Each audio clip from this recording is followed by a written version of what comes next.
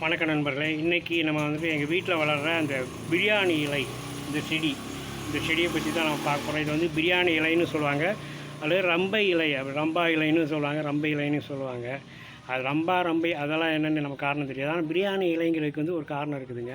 நம்ம வீட்டில் நம்ம சாதாரணமாக சோறே வடிக்கிறோம்னு வச்சுக்கோங்களேன். அந்த சோறில் வந்து வடிக்கிறப்போ இந்த இலையை வந்து ஒரு 4 இலையை கிள்ளி அதில் உள்ளே போட்டோன்னு வச்சுக்கோங்களேன், பக்கத்து வீடு என்ன தெரு முழுக்கே வந்துட்டு ஏதோ நம்ம வந்து பிரியாணியே சமைக்கிறோங்கிற அளவுக்கு பிரியாணியோட வாசனை. அந்த பிரியாணியோட வாசனைங்கிறதே வந்து இந்த சீரக சம்பா அரிசி இருக்குது பார்த்திங்களா, அதோடய வாசனை தான். அந்த வாசனையை வந்து இந்த இலைகள் வந்து கொடுக்கக்கூடியதாக இருக்கும். ஏன்னா அதனால தான் இதை வந்து பிரியாணி இலைன்னு சொல்கிறாங்க. இந்த இலைகள் வந்து இந்த செடி வந்து புதர் மாதிரி இந்த கடற்கரையை ஒட்டிய ஏரியாக்களில் வந்துட்டு அது பாட்டுக்கு 6 உயரத்துக்கு மேலேயே வளரக்கூடியதாக இருக்கும். புதர் மாதிரி இந்த தாழம்பூ மாதிரி இதுவும் வளரக்கூடியதாக இருக்கும். இதை நாங்கள் வந்து இப்போ வந்து வீட்டில் வச்சு வளர்த்துருக்கோம். அது வந்து நல்லா அடர்த்தியாக பார்த்தோன்னா ஃபுல்லாக வளர்ந்து கிடக்குது. இது எங்கள் வீட்டு செப்டி டேங்க் மேலே தான் வந்துட்டு இதெல்லாம் வளர்த்துருக்குறோம் இப்போ வந்து.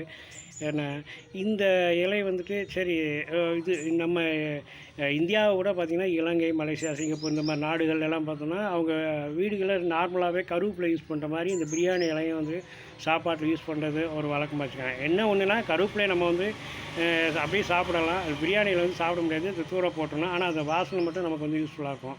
இந்த பிரியாணி இலை வந்துட்டு சரி இதுக்கு மட்டும்தான் யூஸ் ஆகுமா அப்படின்னு பார்த்தோன்னா, அதை தாண்டி வந்துட்டு இது வந்துட்டு ஒரு கொசு விரட்டி மாதிரியும் யூஸ் பண்ணலாங்கிறாங்க. பிரியாணி இலை வந்து அப்படியே பறித்து அதை காய வச்சு அதை நம்ம வீட்டுக்குள்ளே வச்சோன்னா வந்துட்டு ரூம் ஃப்ரெஷ்னர் மாதிரி இருக்கும், கொசுக்களும் அதிகமாக அண்டாது அப்படிங்கிற மாதிரி சொல்கிறாங்க. ரைட்டு, மருத்துவ குணங்கள் அப்படின்னு பார்த்தோன்னா, இது வந்துட்டு வெற்றிலைக்கு எப்படி செரிமானத்தை சரி பண்ணக்கூடிய இந்த செரிமானத்துக்கான ஒரு மூலிகையை பயன்படுதோ அதே மாதிரி இதுவும் வந்துட்டு இதையும் வந்து நீங்கள் சாப்பாட்டில் சேர்க்குறதுனால வந்துட்டு நமக்கு செரிமான பிரச்சனைகள்லாம் சரியாகும்னு சொல்கிறாங்க. அதே மாதிரி டயபெட்டிக்கில் வந்துட்டு ஆரம்ப கட்டத்தில் இருக்கிறவங்க அவங்களுக்கெல்லாம் வந்துட்டு இந்த இலையை சேர்த்து அதில் வந்து டீ தயாரித்து குடித்தா அதெல்லாம் நல்லது அப்படின்னு சொல்கிறாங்க. அதுபோக பார்த்தோன்னா ரொம்ப லேட்டாக ஒரு விஷயம் எனக்கு தெரிய வந்துச்சுங்க.